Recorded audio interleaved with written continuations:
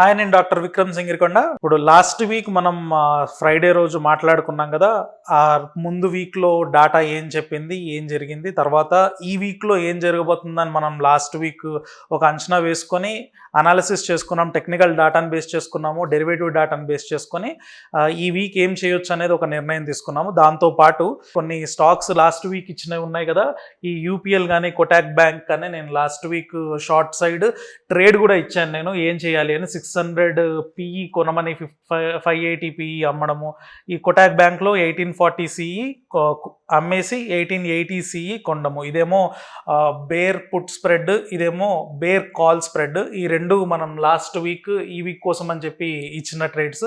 ఇవి ఎలా పర్ఫామ్ చేసాయి అంటే మనకి 28% రిటర్న్ అయితే వచ్చింది. ఈ వీక్ చూసుకున్నట్లయితే 14,000 ప్రాఫిట్ రన్నింగ్లో ఉంది. అండ్ క్యాపిటల్ మనం యూజ్ చేసిన దీనికి కేవలం 50,000 మాత్రమే పడుతుంది. క్యాపిటల్ సింగిల్ లాట్కి కన్సిడర్ చేసుకున్నట్లయితే మనకు 28% రిటర్న్. సో ఇలాంటివి మళ్ళీ ఈ వీక్ కూడా అనాలిసిస్లో నెక్స్ట్ వీక్ కోసం ఏం చేయొచ్చు, ఈ వీక్ ఏం జరిగింది, నెక్స్ట్ వీక్కి ఎలాంటి ట్రేడ్స్ తీసుకోవడానికి అవకాశం ఉంది అనేది మళ్ళీ ఒక 2 స్టాక్స్ సుమన్ టీవీ వాళ్ళ కోసం అని చెప్పేసి నేను చెప్పడం జరుగుతుంది. సో వీడియో ఎండ్ వరకు చూడండి.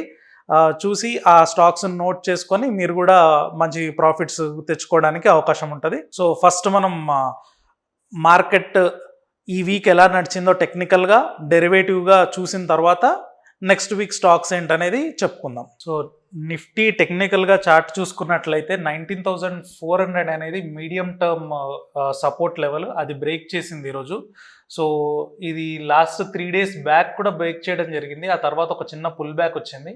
ఆ పుల్ బ్యాక్ తర్వాత వచ్చేసి ఈరోజు మళ్ళీ సెకండ్ టైం బ్రేక్ చేయడం అయితే జరిగింది. సో ఈ 19,400 అనే లెవెల్ నెక్స్ట్ వీక్కి ఇంపార్టెంట్ రెసిస్టెన్స్ కింద మారడానికి అవకాశం ఉంది. సో ఒకవేళ ఎవరైనా ఆప్షన్స్లో సెల్ చేయాలనుకుంటే 19,400 కాల్స్ని మనం సెల్ చేయడానికి ట్రై చేయొచ్చు. ఇంకొంచెం అగ్రెసివ్గా ఉన్నారంటే 19,300 కాల్స్ని కూడా సెల్ చేసి 19,400 లేదంటే 19,450 కాల్ ఆప్షన్ని కొనేసి ఇలా కూడా మనం బేరిష్ సైడ్ ఉంటాము.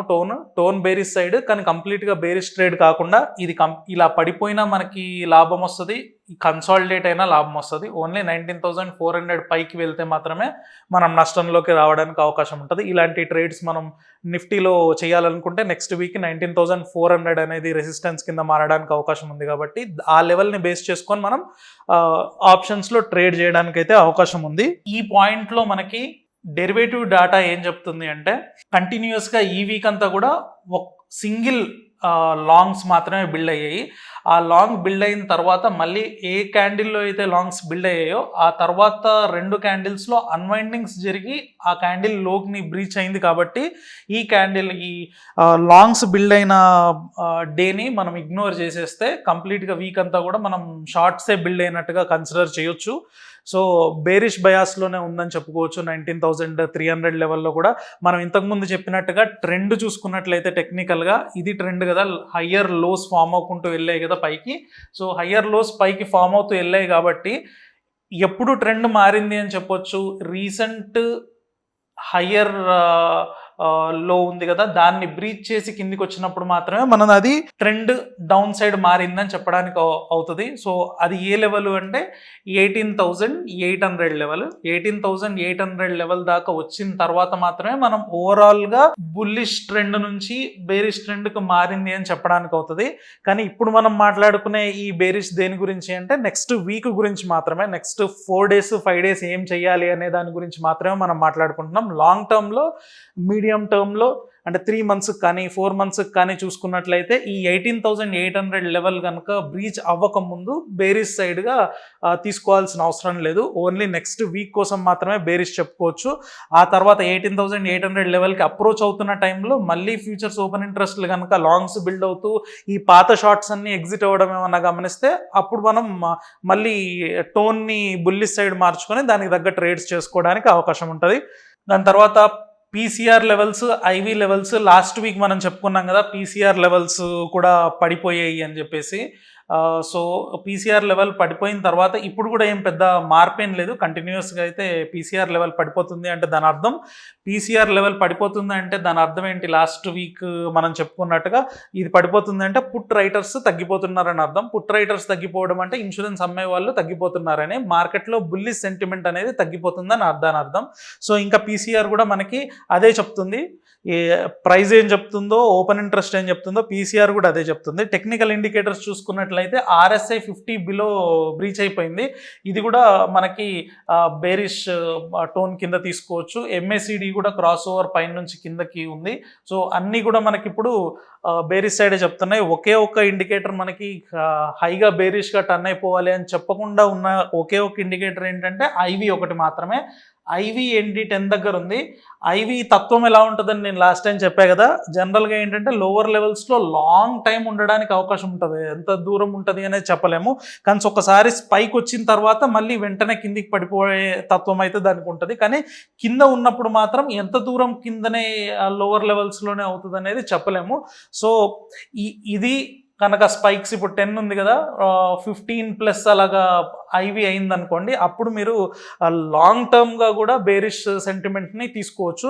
సో అప్పటి వరకు లాంగ్ టర్మ్కి బేరిష్గా ఉండడానికి అంత భయపడక్కర్లేదు, ఎందుకంటే ఇంకా అది ఐవీస్ 10లోనే ఉన్నాయి కాబట్టి ఈ మూమెంటం అనేది ఇక్కడ టాప్ నుంచి ఇక్కడికి వచ్చిన మూమెంటం అనేది మార్కెట్ ఆల్రెడీ అది ఎస్టిమేట్ వేసుకొని దానికి తగ్గ ప్రీమియమ్స్ కలెక్ట్ చేసుకొని రైటర్స్ ప్రశాంతంగా ఉన్నారని దాని అర్థం. ఎప్పుడైతే ఐవీస్ పెరుగుతాయి అంటే రైటర్స్ ఊహించని విధంగా మార్పులు జరిగాయి, మార్కెట్ అనుకున్న దానికన్నా ఎక్కువ క్రాష్ అయిపోద్దేమో అని అనుకున్నప్పుడు ఏమవుతుంది అంటే ఆప్షన్ ప్రీమియమ్స్లో హైగా ప్రీమియమ్స్ ప్లేస్ చేయడం జరుగుతుంది. ఆ టైంలో ఐవీస్ పెరగడం జరుగుతుంది అనమాట. సో 15+ ఐవి కనుక కనబడ్డట్టయితే లాంగ్ టర్మ్కి మీ ఆలోచనలు మార్చుకోండి. ఒకవేళ కనుక ఇలాగే 10లోనే ఉంటే మాత్రం షార్ట్ టర్మ్కి మనకున్న డెరివేటివ్ డాటా బేస్ చేసుకొని ఇందాక చెప్పినట్టుగా బేర్ కాల్ స్ప్రెడ్స్ వేసుకొని కూడా చూడొచ్చు. సో బ్యాంక్ నిఫ్టీ ఏం చెప్తుంది అనేది నెక్స్ట్ చూద్దాం. ఇప్పుడు బ్యాంక్ నిఫ్టీ చార్ట్ చూసుకున్నట్లయితే నిఫ్టీ కన్నా బేరిష్నెస్ కొంచెం బ్యాంక్ నిఫ్టీలో ఎక్కువ ఉందని కూడా లాస్ట్ టైం మనం చెప్పుకున్నాం కదా. దాంతోపాటు మనం ఓపెన్ ఇంట్రెస్ట్ క్వాంటమ్ కూడా చెప్పుకున్నాము. ఓపెన్ ఇంట్రెస్ట్ క్వాంటమ్ జనరల్గా ఉండాల్సిన దానికన్నా 50% కన్నా తక్కువ ఉంది ఇక్కడ అని చెప్పి అనుకున్నాం కదా. సో దీన్ని బేస్ చేసుకొని మనం బ్యాంక్ నిఫ్టీలో ట్రేడ్ చేయడం అవాయిడ్ చేయమని కూడా మనం అనుకున్నాము. సో ఇప్పుడు కూడా ఇంకా దీంతో పోల్చుకుంటే ఓపెన్ ఇంట్రెస్ట్ లెవెల్స్ చూసుకున్నట్లయితే పాత దాంతో పోల్చుకున్నట్లయితే చాలా తక్కువగా ఉంది కాబట్టి ఇక్కడ కూడా మనం అవాయిడ్ చేయడమే బెస్ట్ థింగ్. ఇక్కడ సరే ఇది తక్కువ ఉంది కానీ అందులో ఏం చెప్తుంది అంటే బేరిష్ బయాసే చెప్తుంది. ఇక్కడ ఒక్క సింగిల్ డే కూడా లాంగ్స్ బిల్డ్ అవ్వడం అయితే మనం చూడొచ్చు. ఒక సింగిల్ డే కూడా లేదు లాంగ్స్ బిల్డ్ అవుతూ. సో ఈ కంప్లీట్ 1 వీక్ జరిగిన డాటా అంతా కూడా షార్ట్స్ అండ్ ఒకే ఒక్క షార్ట్ కవరింగ్ జరిగినట్టు మనకి కనబడుతుంది. అది కూడా చిన్న డోజీ కనబడింది. ప్రైస్ యాక్షన్ కూడా పెద్దగా లేదు అక్కడ కవరింగ్స్ దగ్గర. సో ఇంకా అది బేరిష్ టోన్ నిఫ్టీతో పోల్చుకుంటే ఎక్కువ బేరిష్ టోన్లో ఉంది. కానీ ఇక్కడ మనం బాగా గమనించాల్సింది ఏంటంటే నిఫ్టీ వచ్చేసి మనకి రీసెంట్ హయ్యర్ లో ఉంది కదా, ఆ లోకి దగ్గరలో ఉంది అనుకున్నాం కదా. మనం 18,800 దగ్గరకు వచ్చినప్పుడు కానీ మనం అది ట్రెండ్ ఎటు మారుతుందో తెలీదు అనుకున్నాం. కానీ ఇప్పుడు ఇది చూసుకున్నట్టయితే 43,935 దగ్గర అది ఇప్పుడు ప్రీవియస్ హయ్యర్ లో దగ్గర ఆల్రెడీ ఉంది ఇప్పుడు. సో ఇది బ్రేక్ డౌన్ అవ్వడానికి చాలా దగ్గరలో ఉందన్నమాట. సో ఇది బ్రేక్ డౌన్ అవుతే మాత్రం కంటిన్యూస్గా చాలా పెద్ద మూమెంట్ కిందికి రావడానికి అవకాశం ఉంటుంది. అలా వచ్చినట్లయితే ఈ లెవెల్స్ మనం చూసుకోవచ్చు. 40,000, 42,000 రీసెంట్ లెవెల్స్ 42,900 ఉంది కదా, 42,900. సో ఇప్పుడు 43,900 దగ్గర కనుక ఇది బ్రీచ్ అయ్యి కిందికి వస్తే 42,900 ఇంకో 1000 పాయింట్స్ ఈజీగా క్రాష్ అవ్వడానికి అవకాశం ఉంటుంది. ఒకవేళ అక్కడ కూడా సపోర్ట్ తీసుకోకపోతే మాత్రం మనం 40,000 లెవెల్స్ కూడా చూడడానికి అవకాశం ఉంటుంది. కానీ ఇమీడియట్గా వెళ్ళిపోయి ఇందులో బేరిష్ ట్రేడ్ చేయమని కాదు, మనకి నిఫ్టీలో పూర్తి బేరిష్నెస్ కనబడకపోయినా కూడా మనం ఒక ట్రేడ్ అనుకున్నాం ఎలా చేయొచ్చు అని. ఎందుకు అంటే అక్కడ క్వాంటమ్ ఆఫ్ ఓపెన్ ఇంట్రెస్ట్ అనేది కొంచెం హైగా ఉంది కాబట్టి అక్కడ మనకి డెరివేటివ్ డాటా సపోర్టివ్గా కనబడుతుంది. ఇక్కడ ఇంత తక్కువ డాటా తోటి మనం వెళ్ళి ట్రేడ్ చేసినట్లయితే ఇక్కడ ఇంకా స్మార్ట్ మనీ రాలేదని అర్థం. ఇక్కడ కనుక స్మార్ట్ మనీ వచ్చి ట్రెండ్ ఈ సపోర్ట్ దగ్గరే తీసుకొని రివర్సల్ అవుతే మాత్రం చాలా పెద్ద మూవ్స్ వస్తాయి. కాబట్టి ఇప్పుడే దీంట్లో పార్టిసిపేషన్ అయితే చేయకపోవడమే మంచిది. ఒకవేళ లేదు నాకు బ్యాంక్ నిఫ్టీ తప్ప నేను ట్రేడ్స్ చేయను, నాకు బ్యాంక్ నిఫ్టీలోనే ట్రేడ్ కావాలి అనుకుంటే మాత్రం మీరు ఏం చేయొచ్చు అంటే 44,800 కాల్ ఆప్షన్స్ని సెల్ చేయొచ్చు. 44,800 కాల్ ఆప్షన్స్ని సెల్ చేసి 45,000 కాల్ ఆప్షన్స్ని బై చేస్తే బేర్ కాల్ స్ప్రెడ్ అవుతుంది. అప్పుడు సేమ్ మార్కెట్ పడిపోయినా మీకు లాభం ఉంటుంది, సైడ్ వెళ్ళినా మీకు లాభం ఉంటుంది. ఓన్లీ మీకు 44,800 ప్లస్ పైన వెళ్తే మాత్రమే మీకు లాస్ ఉండడానికి అవకాశం ఉంటుంది. అది కూడా లిమిటెడ్ లాస్ కాబట్టి మీరు బ్యాంక్ నిఫ్టీ తప్ప వేరే ఏం చేయను అనుకుంటే ఇలాంటి ట్రేడ్స్ చేసుకోవచ్చు. సో ఇందులో కూడా మనకి RSI చూసుకున్నట్లయితే 30కి దగ్గరలో ఉంది. సో ఇది ఓవర్ సోల్డ్ లెవెల్కి దగ్గరలోకి వచ్చినట్టు. మనకి జనరల్గా 70 ఉన్న 30 మనకి బుక్స్ ప్రకారంగా 70-30 over bat over sold levels కింద చెప్పుకుంటాం. కానీ జనరల్గా చూసుకున్నట్లయితే 60 and 40 తీసేసుకోవచ్చు లెవెల్స్. ఆ లెక్కలో చూసినట్లయితే 30 అనేది ఓవర్ సోల్డ్ లెవెల్లోకి ఆల్రెడీ వచ్చేసినట్టు. సో ఈ పాయింట్లో కొంచెం పాజ్ తీసుకొని ఇక్కడ సపోర్ట్స్ బిల్డ్ చేసుకోవడానికి అవకాశం ఉంటుంది. సో ఈ ప్లేస్లో కొంచెం జాగ్రత్తగా ఉండండి బ్యాంక్ నిఫ్టీలో చూసుకున్నట్లయితే. సో నిఫ్టీ, బ్యాంక్ నిఫ్టీ తర్వాత ఇప్పుడు లాస్ట్ వీక్ మనం ఇచ్చుకున్నట్టుగా ఈ వీక్ కూడా మీకు ఒక 2 స్టాక్స్ ఇవ్వడం జరుగుతుంది. 2 నుంచి 3 స్టాక్స్ ఎక్స్క్లూజివ్గా సుమన్ టీవీ కోసం అని చెప్పి ఇవ్వడం జరుగుతుంది. సో సుమన్ టీవీలో ఎవ్రీ వీక్ సాటర్డే రోజు, ఫ్రైడే కానీ సాటర్డే కానీ మీకు ఇలాగ అనాలిసిస్కి సంబంధించినవి ఒక 2 స్టాక్స్ నెక్స్ట్ వీక్ కోసం రికమెండేషన్స్ చేయడం జరుగుతుంది. సో ఈ రికమెండేషన్స్ మీరు నెక్స్ట్ వీక్ కోసం చేసేప్పుడు ఒకటి దృష్టిలో పెట్టుకోవాల్సింది ఏంటంటే, మనం చెప్పేది లిమిటెడ్ రిస్క్ స్ట్రాటజీస్ చెప్తున్నాం, అది కూడా ఎడ్యుకేషనల్ పర్పస్ మాత్రమే చెప్తున్నాం. ఎవరైనా ట్రేడ్ చేయాలి అనుకుంటే సింగిల్ లాట్స్తో రిస్క్ మీది అని గుర్తుంచుకొని దాని ప్రకారంగా మీరు ట్రేడ్స్ ప్లేస్ చేసుకోవాలని అడుగుతున్నాను.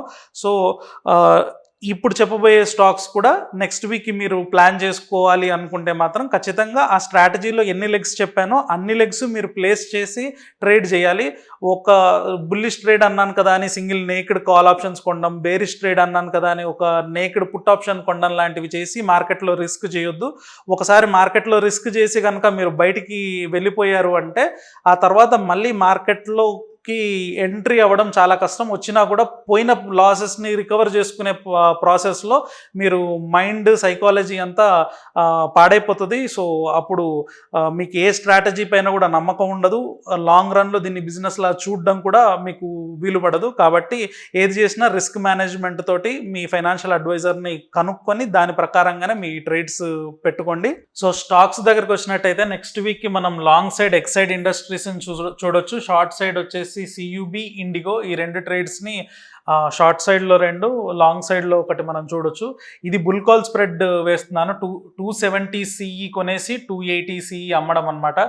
సో ఇది బుల్ కాల్ స్ప్రెడ్. తీసుకుంటే 2 కలిపి తీసుకోండి, ఒక సింగిల్ లెగ్లో చేయకూడదని చెప్పాయి కదా. సో అలాగా చూసుకోండి. 270 CE కొనేసి 280 CE అమ్మడం.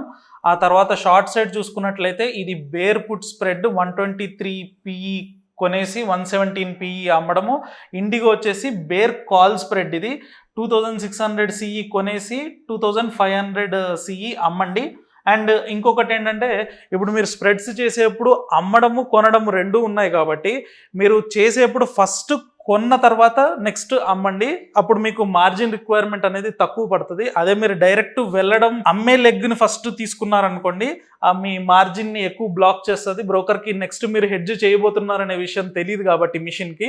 సో మీరు సింగిల్ లెగ్లో వెళ్తున్నారేమో అనే ఉద్దేశంతో సింగిల్ లాట్కి మీకు 70,000 80,000 బ్లాక్ చేయడం లాంటిది చేస్తూ ఉంటారు.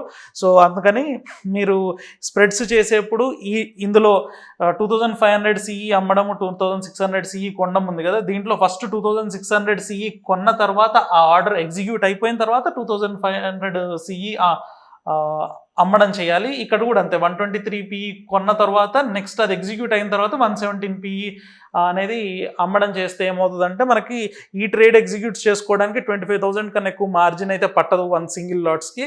సో మీరు స్ప్రెడ్స్ చేసేప్పుడు ఎప్పుడు కూడా సెల్ సైడ్ది బై అయిపోయిన తర్వాత నెక్స్ట్ సెల్ చేసినప్పుడు ఏంటంటే ఆటోమేటిక్గా మిషన్ మీరు హెడ్జ్ చేసుకున్నారు పొజిషన్ని అనే ఇన్ఫర్మేషన్ దానికి ఆల్రెడీ ఉంటుంది కాబట్టి మీ దగ్గర నుంచి మార్జిన్ అనేది కలెక్ట్ చేసుకోవడం తగ్గించేస్తుంది.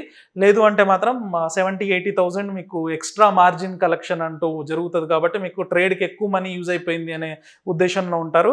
సో ఇది చూసుకొని ఇది స్క్రీన్ షాట్ తీసుకోండి. దీన్ని చేయాలనుకుంటే పేపర్ ట్రేడ్ కానీ మార్కెట్లో చేయాలనుకుంటే ఇలాగా ఒక స్ప్రెడ్స్ వేసుకొని మనీ మేనేజ్మెంట్ తోటి జాగ్రత్తగా చేసుకోండి. సో ఇలాగే మళ్ళీ నెక్స్ట్ వీక్ మనం ఈ వీక్ తీసుకున్న స్టాక్స్ ఎలా పర్ఫామ్ చేశాయి, ఆ తర్వాత వీక్ ఎలా ఉండబోతుంది అనే డెరివేటివ్ డేటా అనాలిసిస్తో మళ్ళీ నెక్స్ట్ వీడియోలో కలుసుకుందాం. Thank you.